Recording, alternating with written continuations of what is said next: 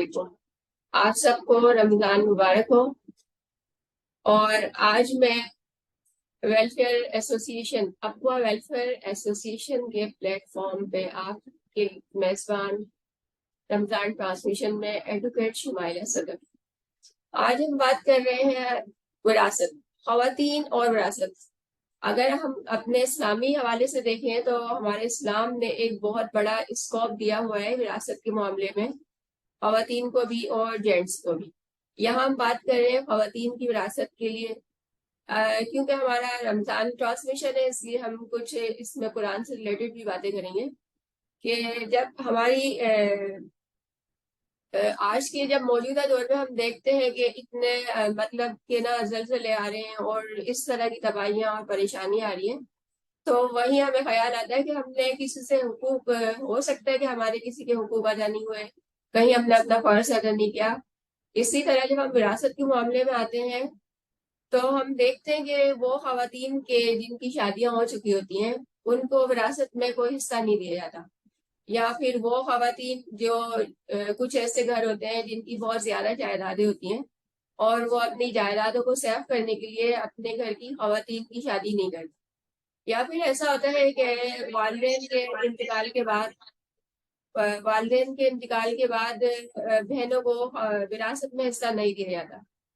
تو میں اس میں اسلامی حوالے سے بات کروں گی کہ قیامت کی نشانیوں میں سے ہے کہ وراثت کی تقسیم نہیں کی جائے گی. ایک انسان، وراثت کا مطلب کیا ہوتا ہے؟ آپ کیا سمجھتے ہیں کہ وراثت کا کیا مطلب ہے؟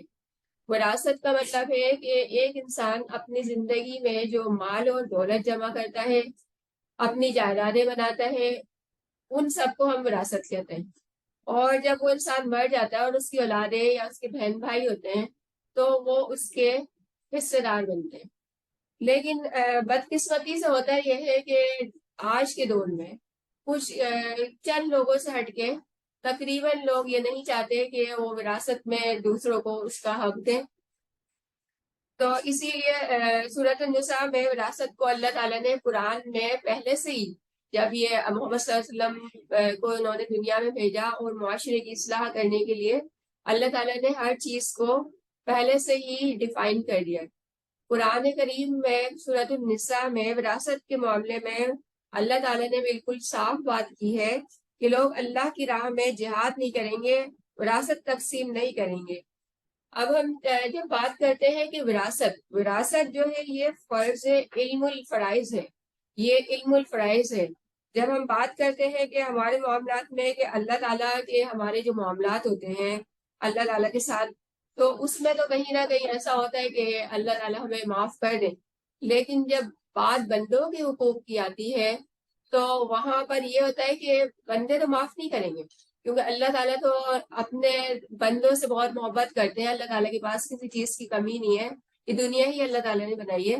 لیکن جب بات حقوق العباد کی آتی ہے تو وہاں پہ انسان بالکل بے بس ہو جاتا ہے کہ وہ اللہ تعالیٰ نے کہا ہے کہ اگر آپ معافی مانگیں گے نہیں اپنے اس بندے سے جس کے ساتھ آپ نے برائی کی ہے یا اس کو اس کا حق نہیں دیا، تو اس صورت میں آپ کو اللہ تعالیٰ بھی معاف نہیں کریں گے. اور اس میں ایک حدیث ہے کہ جب قیامت کے